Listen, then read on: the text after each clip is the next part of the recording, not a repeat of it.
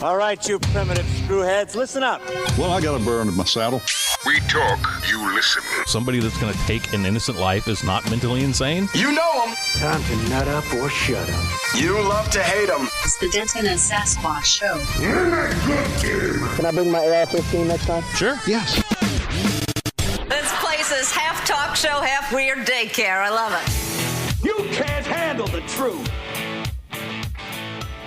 Hello and welcome once again to the Denton and Sasquatch Show, coming to you from California and Alabama. I just happen to be in California. My name is Squatch, and Denton, he happens to be in Alabama. His name is Denton. Hi, my name is, in fact, Denton. I've even seen my driver's license, and it says that. We're just a couple of guys on two ends of the country, sitting around in our shorts, wife beats, smoking cigars, drinking blended whiskey, and giving you the news and the humor about it that we see fit. Oh, by the way, I don't know if any of you all have heard, but Joe Biden has been having a little bit of a sniffing problem. Well, never fear.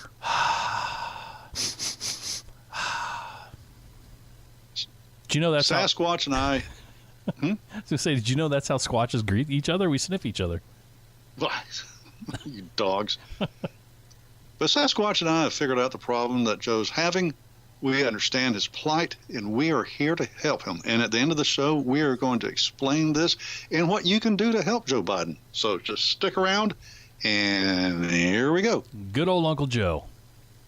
Good old Uncle Joe.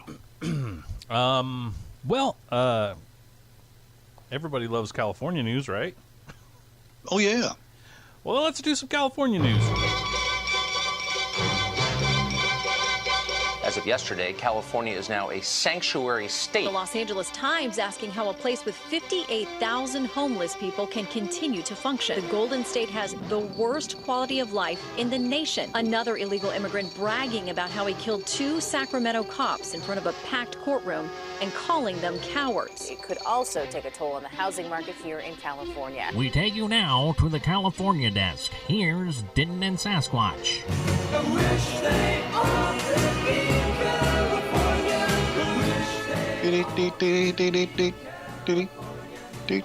Well, first up, and probably the most important California news, is I received my 30-round PMags in the mail today. Oh, they're going to come get you? Nope. Judge Benitez says they can't. Yeah. Since when do you guys pay attention to that? Well, all I know is I got 30-round mags now, so. And you just let the governor know. I know the governor listens to you. Well, you know what? Funny you should say that. The governor should listen to me. Governor Gavin Newsom here in California. What do you think? What do you think his day is sort of like? He rolls it. No, he has an aide roll his for him. He smokes it. He thinks of liberal thoughts. Smokes another one. Goes to lunch. Eats a buttload of what do you call those little orange things? Oranges? No, those little things in a bag. I can't. No, I have not been smoking them. Elsewise, I know what they're called. Cheetos. Oh. Eats a buttload of Cheetos. Goes back to his office. Thinks liberal crap up to throw on y'all, and smokes another one. That would be a good guess. But rumor has it he likes the nose candy. That's the rumor. If you ever listen to the guy talk, he always has kind of a sore throat. So yeah. Anyway, no, you would think his day would be, well, what can I do to make California better? I can fix the roads. I could maybe build some stuff to catch water because we're always in drought. Maybe I can make the streets safer. I can take care of the homeless problem. That's what you would think, right? You would think. Yes. Well, not good old Governor Newsom. He just came back from vacation, which he was just put into office, I don't know, a month or so ago, so he already needed a vacation. And he whisked himself off to El Salvador.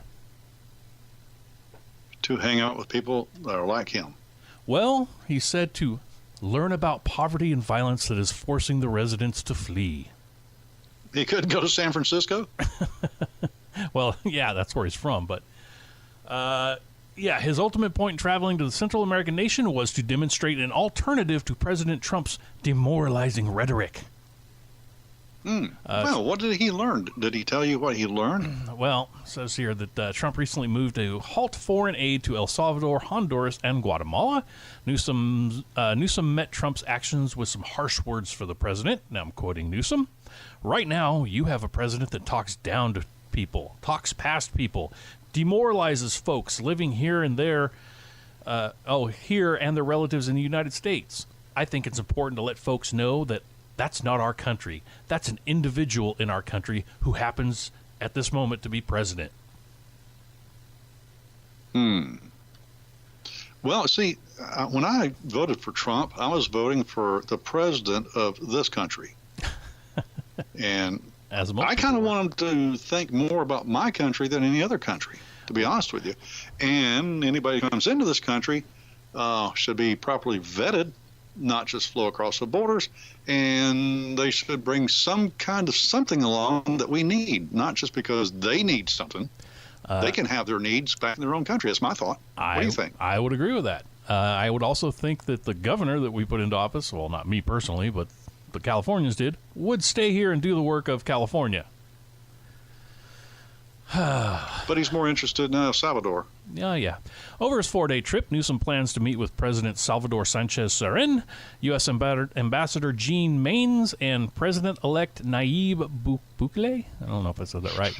He will also meet with human rights groups to discuss economic development and gang intervention. Newsom said he is figuring out what California can do to help tackle the root cause of migration and will tour a reintegration center that processes Salvadorians deported from the U.S. and Mexico. Lord help us.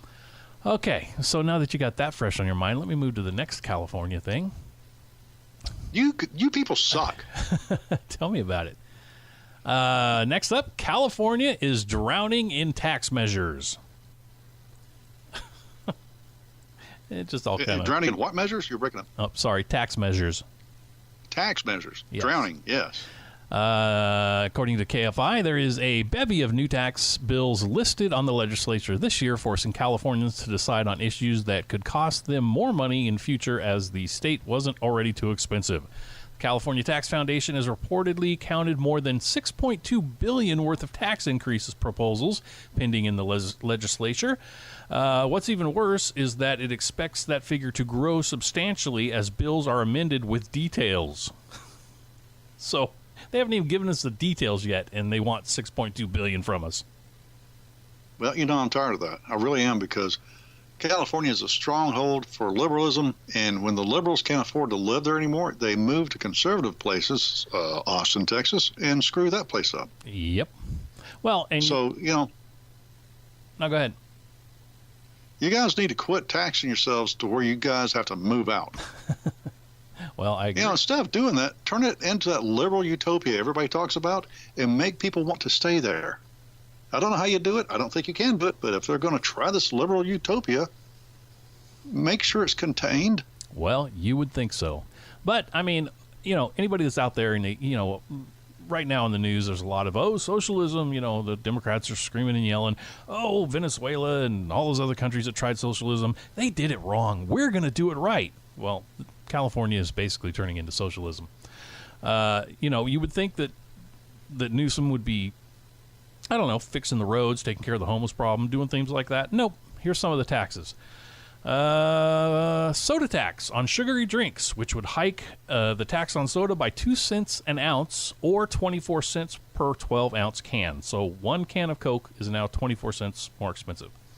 The bill's backer, Assembly Richard Bloom, says the money raised will go to health programs, which is BS because it never makes it to where it's supposed to go. And he hopes the price hike will deter people from drinking the unhealthy drink. Oh, ho, ho, ho, ho. I knew you were going to catch on to that. You can't have both. Either you want to stop people from doing something that's harmful, or you want to profit off their stupidity. So, which one is it? He can't say, but he's talking out of two sides of his mouth. Well, that's because he's a Democrat. Forgot about that, yeah. But, even so, Assemblyman Richard Bloom, whose business is it of yours to tell me what I can drink? Oh, no, apparently he wants you to drink it. He's just going to make you pay for it. More. Well, either way, it's none of his business what I do, and he shouldn't charge me extra for it. He should not. Yeah, I mean, that's absolutely. But that's the whole hypocrisy of it. It's like they push the green measures, solar power. Okay, let's say if we all get off of electrical power, we all go solar. Mm-hmm. That's a lot of tax revenue they're not getting anymore. What are they going to do? Start taxing sunshine? If they can figure out a way, they will. But look at this. Another one of the things they want to do is they want to tax the famous Lombard Street in San Francisco. That's that really twisty street that everybody likes to go see? Yeah. Well, what they're thinking about doing is turning it into a toll road, and they say that's going to make traffic flow smoothly. Now, I don't know about you, but I've never seen traffic flow smoothly where there's a toll booth that you got to stop at first. It certainly doesn't flow smoothly before you get through it. Nope. And, of course, they've got the anti-big gulp measure, which is, you can't have anything larger than 16 ounces. That's just a few of the stupid things. Now, there was a public poll. The Public Policy Institute of California recently asked voters whether they paid more or less state and local taxes than they should. 63% said they were paying more. 32% said they were paying the right amount. And just 4% said they were paying less. So 63% thinks they're paying too much in taxes, but keeps voting these idiots into office. So, in other words, they're all insane. Because I was going to say the other, not the 63%, but the other ones, especially the 4%. What? Okay, all right, but fine. Okay, you're insane, but nobody says insane people can't vote. But the way you put it just now, 100% shouldn't vote. Well, I agree. So there you go. There's your California news. Wow. California's more screwed up than we here in Alabama thought. Oh, you have no idea. Well, let's go to some other crazy crap. This one's not your problem, but it is a problem. I don't know if I'm sure you've heard of Ilhan Omar. She's one of the Muslim women that are elected to the House of Representatives. Oh, yeah, that big mouth. I heard of her. Yeah, she always opens her mouth, stupid crap falls out, and nobody does anything about it. Matter of fact, I think Nancy Pelosi kind of enjoys it because it makes her sound sane. But she has learned the way of the twit. I mean, if Donald Trump can twit, she can twit as well. And she is, in fact, a twit. So she says Stephen Miller is a white nationalist. He's an advisor to President Trump. Stephen Miller is a white nationalist. The fact that he still has influence on policy and political appointments is an outrage. Stephen Miller is a white nationalist. By the way, Steve Miller is a Jew. What's she going to do next? Call him a Nazi? Probably. Well, every time she opens her mouth, something racist falls out. So even if he were, that's kind of the kettle calling the pot black, right? Yeah, but see, as you say, she's a liberal. She's a Democrat. Therefore, whatever she says is not racist. It is righteous indignation. Oh, yeah. You know what? That made me think of something. She wears her bed linen on her head. Therefore, she's untouchable. Well, it seems to be the way these days. Yeah, no doubt. Now, what did it make you think of? No, here we go. It's, where's my thing here? I'm going to call this Sasquatch Thoughts. Because I had this stupid thought pop into my head today. Okay, so if I wear dreadlocks or I get a fro hairdo and I wear chains and I listen to rap music, that's cultural appropriation, right? According to the Democrats. Damn you. Right? That's absolutely correct. Yeah, that's their. Or if I eat tacos, I'm culturally appropriating Hispanic stuff, right? According to them. Not according to me. I love tacos. Well, soft shell. Yeah, I do too. Okay, well, how come it's okay for a guy to wear women's clothes and say he's a woman? How is that not gender appropriation? Oh, because, you see, he thinks he is a woman. Therefore, he's not appropriating anything. He is just now coming into contact with his inner self. Well, what if my inner self is black? Well, then you're a racist. Okay, I just want to straighten that out. Yeah, it's very simple. You just have to think illogically, and it makes sense. All right. I'm sorry to interrupt with Squatch's thoughts. Anytime you want to. Now we're going to go to the Hill. All right. O'Rourke. You know, Beto O'Rourke. Beto O'Rourke. Speaking of cultural appropriation. Yes, exactly. Yes, the Irish boy who has a Hispanic nickname. Yes. Israel-U.S. relationship must transcend a prime minister who is racist. Okay, just pull this out of your ear? How did you come up with this crap? Former Texas Representative Beto Robert O'Rourke, Democrat, in an apparent reference to Israeli Prime Minister Benjamin Netanyahu, said Sunday that the relationship between the U.S. and Israel must transcend a prime minister who is racist. Well, wait a second. This is the same guy that they just popped up probably about a week ago. Pictures from his high school where he's standing with a bunch of guys with Confederate flags, which they all say is racist. But he's standing there holding one. Look, man, you've got to understand. I know. You can't do as we say, not as we do. I know. You can't look way back then to when he was a teenager. What, about 5 years ago, whatever it was? Yeah. Okay, that's they practice the history of now. Oh, he's become enlightened. Yes, you can't do that. Not to him. To a Republican, yes, you can go back 40 years, but not to him. All right. Come on, think illogically. It's easy. Well, just hit yourself in the head with a hammer. You know what? You ask how do they think of these things. Seriously, I think at the DNC they have a big wheel, and it has just like racist, Islamophobe, a bunch of those words that they spin it, and they're like, okay, the racist is the name. And then the next one has like Trump, Netanyahu, just a bunch of names, and they spin it. Okay, it fell on Trump, so Trump is a racist. That's how they pick it. Oh, of course. Well, he asked in an Iowa City Sunday if his criticism of Netanyahu risked alienating supporters in Israel. I like Israel, don't get me wrong. Who cares? Okay, think here in America. O'Rourke drew a distinction between support for Israel and support for Netanyahu. Netanyahu is like Trump. He's very pro-Israel, by the way. So if you're against Netanyahu, who do you want? You want to have somebody like Beto and Bernie? I don't know. But anyway, he says, the U.S.-Israel relationship is one of the most important relationships that we have on the planet. And that relationship, if it is to be successful, must transcend partisanship in the United States, and it must be able to transcend a prime minister who is racist, as he warns against Arabs coming to the polls who want to defy any prospect for peace as he threatens to annex the West Bank. Annex the West Bank. He's talking about annexing Jewish settlements in the West Bank, by the way. And who has sided with a far-right racist party in order to maintain his hold on power. Wow. Okay, so that's kind of like Obama siding with some really racist groups. I mean, anyway, first off, let's understand something. Okay, Israel has been attacked several times since its creation, its inception in 1948. No time, well, there was that one little time with the Suez Canal, but otherwise, no time did Israel attack its neighbors.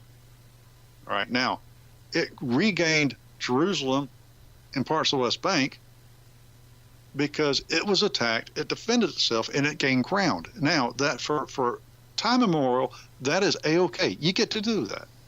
Let's talk about the Golan Heights. You know, Trump comes out and says, that's Israel's. I recognize that as Israel's. And everyone, oh my gosh, what are you talking about? Well, Syria attacked Israel.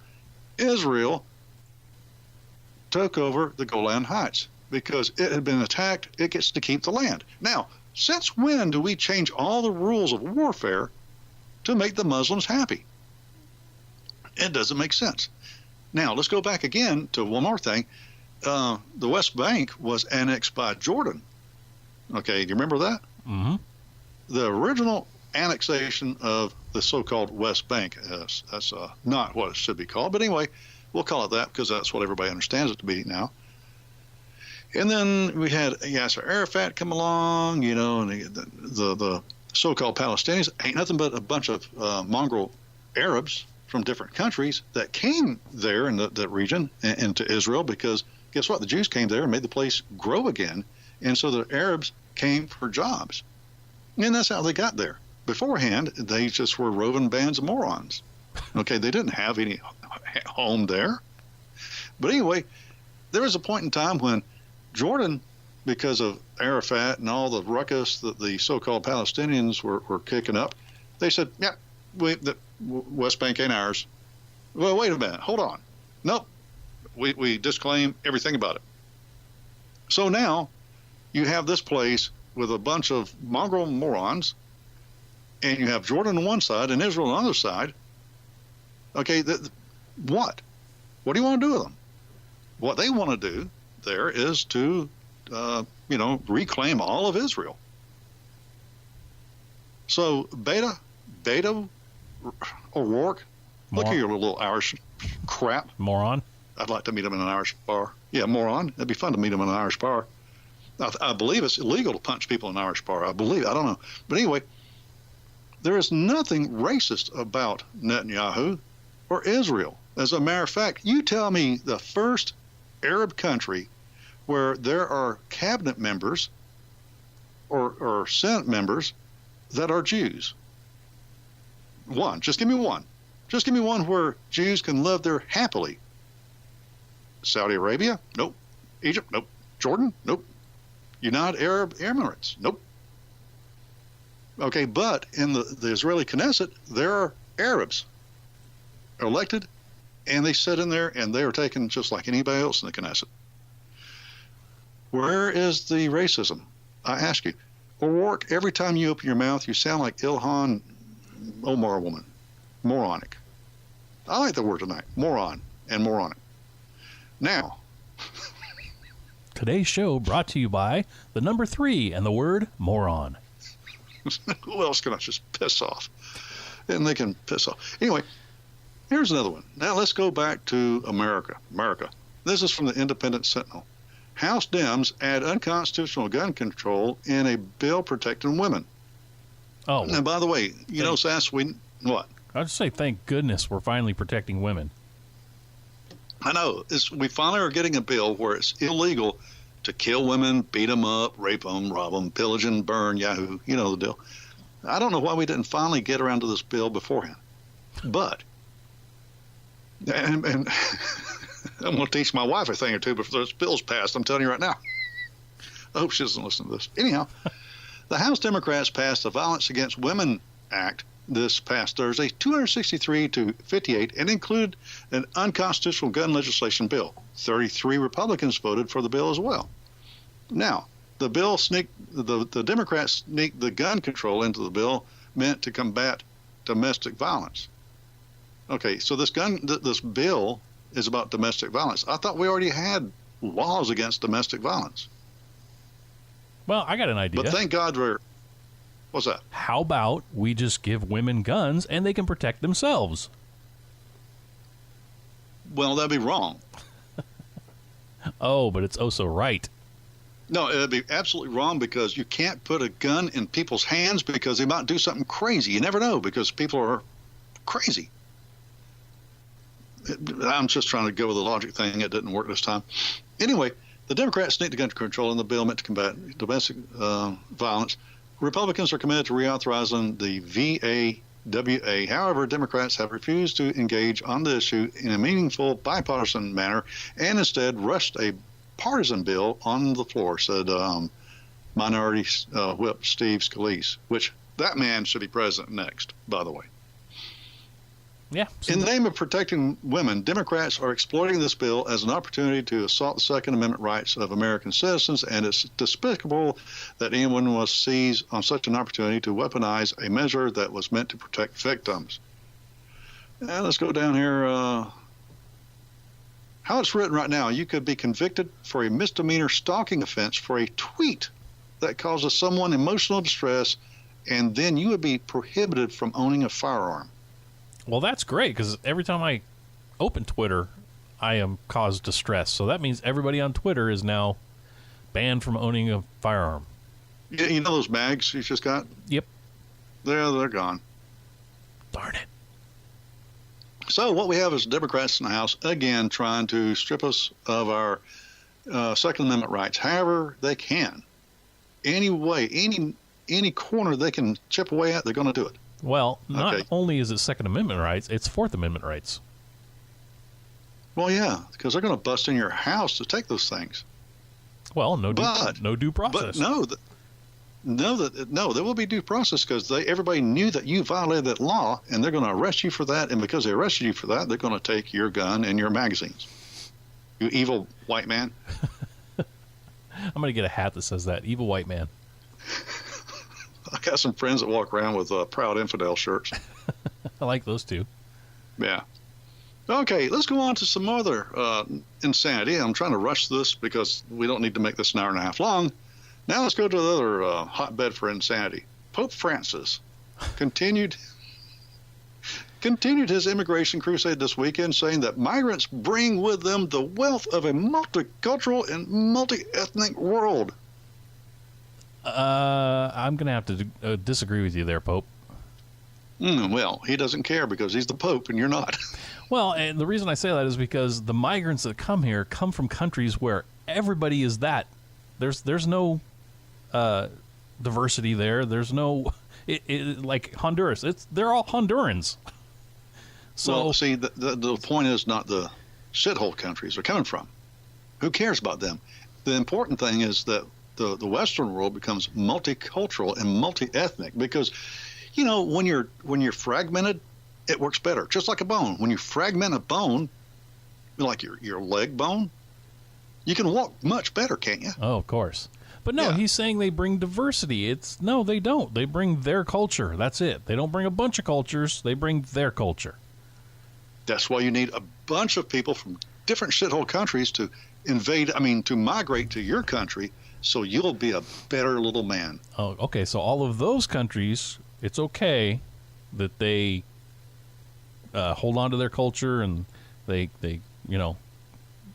wring hands together and make sure nobody else gets in there. But our country, we got to let everybody in.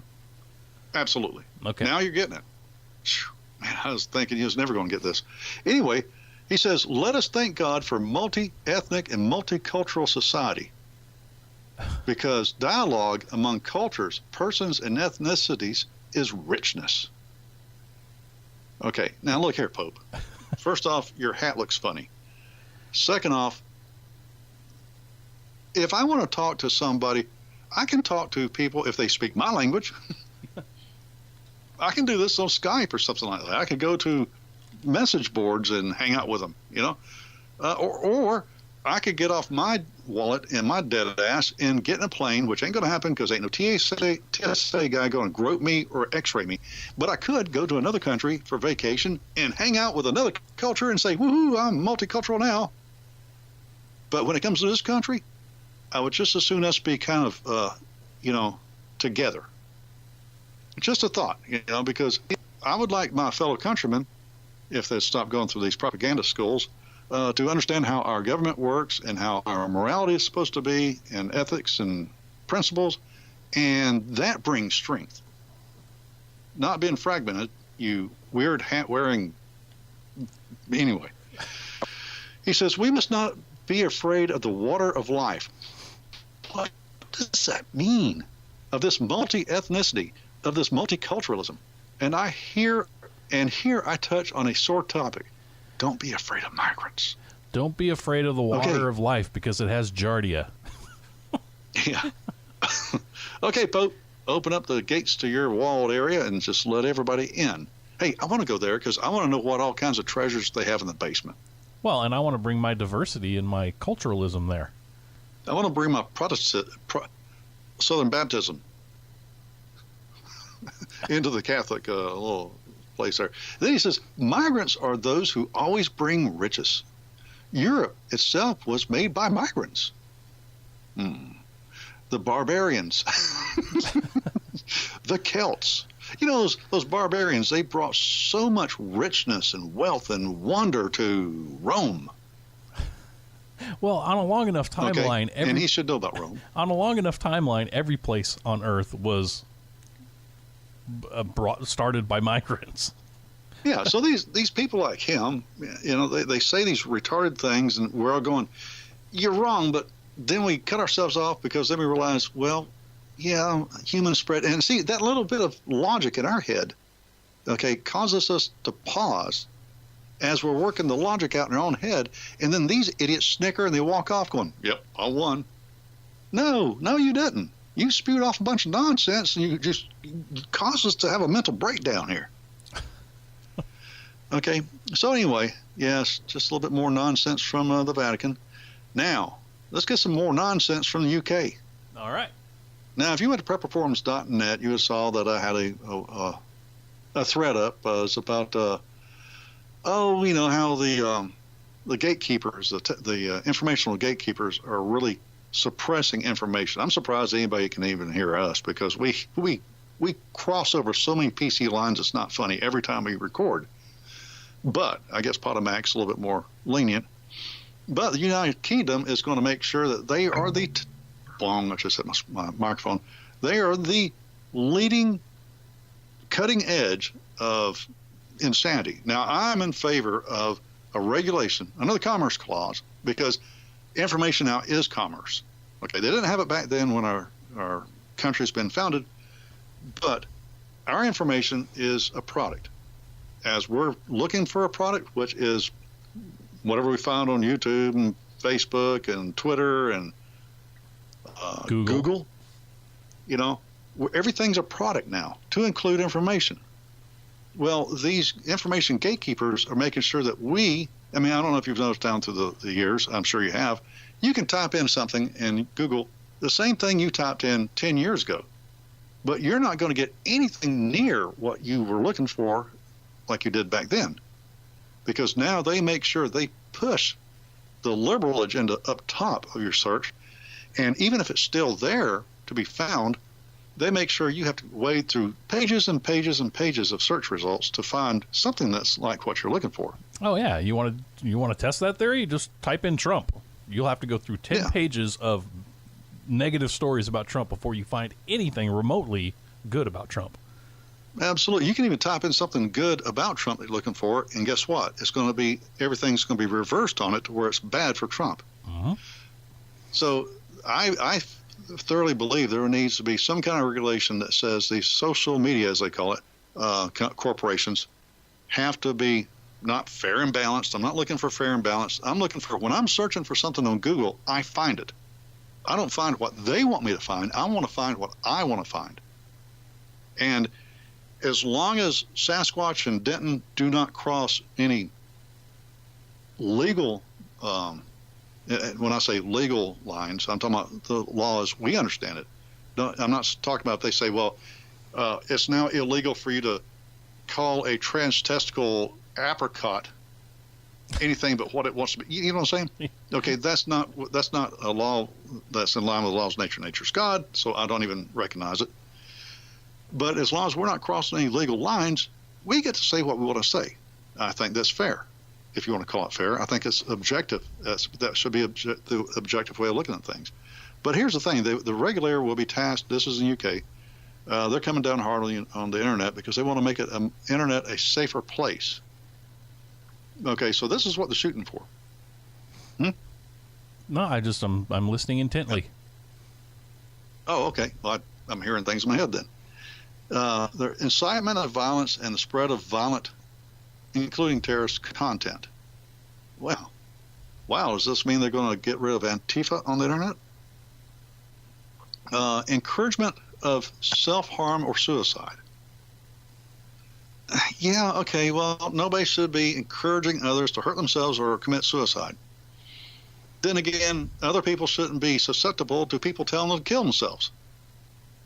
Okay, if I tell you, for example, old soldier, special forces guy, like to say, go start a shotgun. Are you going to do it? No. Okay, so I'm kind of on the fence about that one there. The spread of this is my favorite. The spread of disinformation and fake news. Now, they get to determine what the fake news is. Exactly. if it's alternative news, the news that you can't get on mainstream media, that's what's being crushed right now. Okay, Facebook is promoting ABC, CBS, that kind of stuff, while they're suppressing alternative information. In other words, if you're not part of the global system, you're fake news. Sorry, I don't think that's good. Cyberbullying. Yeah, I know there's been some kids that have killed themselves because kids bullied them on the internet. And I understand that I'm 55 years old. The bullying was on the playground or in the hallways, and we dealt with it. We learned from it. We grew. But now I guess these kids are being bullied 24/7. Well, maybe their parents should monitor what they're doing online. Maybe the parents should unplug them from online. Well, that too. My gosh, if your kids are having problems, that's a perfect reason for you to unplug them from the internet and Mom, Dad, do things with the kids. Play board games. Throw the ball. I don't know. Just stay off the internet. So it's not an internet problem. It is a parenting problem. Oh, this is the obvious thing. Children have access to inappropriate material. In case a child wants to get on the internet and listen to a sermon from your local church. Now, well, yeah, that could be. I was being kind of funny there. But if that church is preaching stuff that says that homosexuality is a sin, well, never mind. They're probably going to be taken off the internet anyway. And child exploitation and abuse content. Okay, I'll go along with that. But back here with the whole fake news thing, when this stuff is written, it's going to be written in such a vague manner that, who knows what's going to happen to free speech. Well, it's just going to forward their agenda and block anybody else's. That's exactly right. And so, that's I just want to throw this out there. I'm not looking for any arguments of people saying, well, we don't need to regulate it. And okay, whatever. I'm just telling you what the UK's doing, all right? So that's all I got. Well, that and a bad attitude. Well, that's true. It's funny you mentioned that because I have two little stories here. We're going to go a little bit long, but the latest national NBC News Wall Street Journal poll revealed some hard truths about the American population's view on social media. 57% of poll takers said Facebook and Twitter do more to divide the country than unite it and spread falsehoods rather than news. 6 in 10 Americans also said they don't trust Facebook to protect their personal information. As pollster... Nor should they. Yeah. As pollster at Republican firm Public Opinion Strategies, Micah Roberts said, if America was giving social media a Yelp review, a majority would give it 0 stars. Unsurprisingly, 82% of poll takers say social media sites do more to waste people's time. However, the younger bracket of those who participated in the poll were less likely to believe that social media divides the country and spreads unfair attacks and rumors. In another question asked, respondents were asked how old a child under 18 is... Wait, that's written poorly. Respondents were asked how old a child under 18 is old enough to have their own smartphone. 42% answered ages 15 and older, 40% ages 12 to 14, and 11% says ages 11 and younger. 11 and younger for a smartphone. First off, where are they getting money for anyway? Well, their parents have to buy it for them. What's those jitterbugs? All the kid needs is a jitterbug. Yep.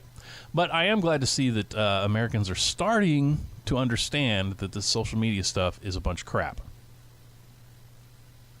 Yeah. I'll bet you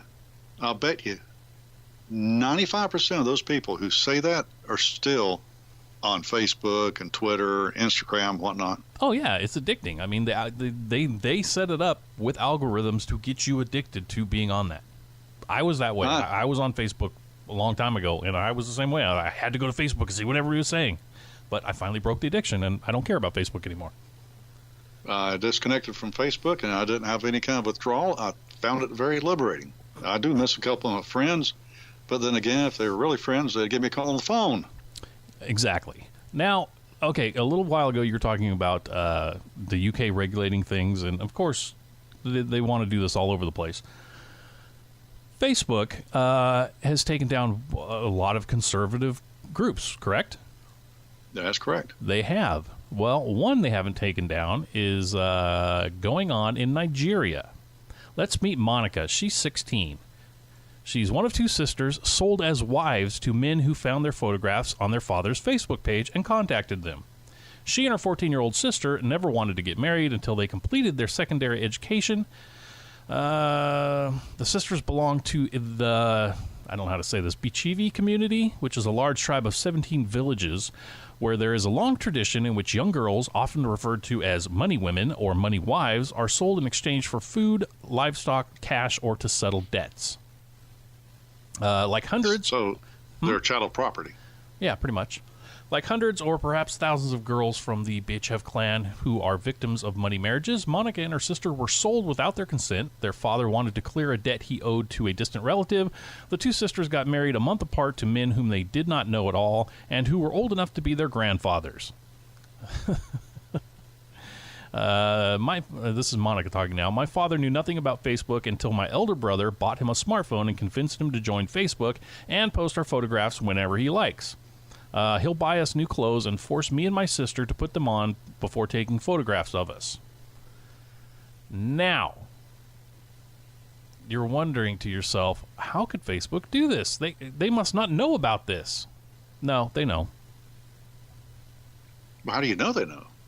Well, reports of Facebook being used as a tool to facilitate child marriages aren't unique to Nigeria. Last November, the social media platform came under fire after posts discussing the sale of a 16-year-old girl in South Sudan. The victim was married in the process after her father, in exchange for his daughter, received 530 cows, 3 Land Cruisers, and $10,000 cash. The teenager reportedly was bid on by 5 men, including senior officials in the South Sudanese government. So that's okay. Well, that's a pretty good deal. Hey, is there a clause in there? If she starts to be a nag, you can demand more cows?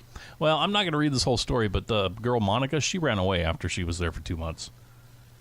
But yeah, Facebook knows about this stuff, and when somebody calls them out on it, they say, "Oh yes, we're taking that down." But I find it hard to believe that they can scour Facebook for anything that's conservative or Christian or anything like that and take it down almost immediately. But this, they have to wait until somebody says something and they're like, "Oh yeah, we're going to get to that." Meanwhile, on Twitter, while they're just been knocking down conservative pages or whatever you call it, Antifa is still going strong. Well, you never know. They may be. Sick preverts. But I wanted to point out that Facebook is facilitating selling child brides. And everybody's okay with that. We don't need any regulations here that would stop that kind of stuff and to promote free speech. No. Well, yeah, you know what? I don't think we do need regulations. Hey, Facebook just needs to regulate it on their own. Now, we had a little teaser at the beginning of the show. Uncle Joe Biden's got a little issue. He's a hair sniffer. But look here, Sass and I have figured out what the problem is. Now, back in the late 70s, there was a shampoo called G. Your hair smells terrific. Now they quit making it. This is late 70s and 80s. They made it and they stopped. But Joe was old enough to where he got attached to that odor, that scent. It was a great scent. And now he's like a dog trying to find his way home that was dropped off 3,000 miles away. He is trying to find somebody who is using that shampoo. Betcha he will. That's ridiculous. Betcha he will. Don't be absurd. He will too. Susie, I did not borrow your G. Your hair smells terrific shampoo so Jimmy would notice how good my hair smells. Oh, no? I used it to get my hair really clean and shiny. Like yours. And that's the only reason. The only reason. Gee, your hair smells terrific. Try G. Your hair smells terrific. Fragrant shampoo and conditioner. And guys will notice. Betcha they will. I went online, and Joe could do this as well, and Sasquatch and I agree. What we need to do, all of us, all the listeners, go on the internet, and you will find, just type in G, your hair smells terrific, and there's a website, I think it's a Vermont store or something like that. They still make it. So if everybody would buy a bottle off the Vermont store, wherever you can find it anyway, G, your hair smells terrific, and send it to Joe Biden, compliments of the Denton and Sasquatch show. Bam. Problem solved.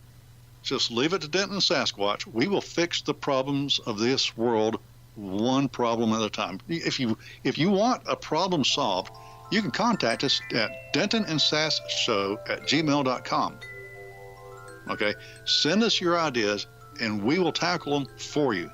And we will tell you who to contact to push our fixes. Okay, and we'll together, all of us will get this thing done. What do you think? I think that's an excellent idea. Sass? All right, there you go. Well, look here, we're running late. We're doomed. So, Sass, what do we do? I'm going to get me a child bride and drink up. Go on Facebook, brother. All right, y'all take care. Talk to y'all later. Bye. It's a beautiful day in this neighborhood, a beautiful day for a neighbor. Would you be mine? Could you be mine? It's a neighborly day in this beauty wood, a neighborly day for a beauty. Would you be mine? Could you be mine? I have always wanted to have a neighbor just like you.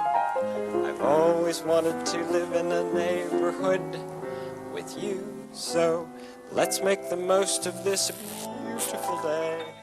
Since we're together, we might as well say, would you be mine? Could you be mine? Won't you be my neighbor? Won't you please? Won't you please? Please won't you be my neighbor?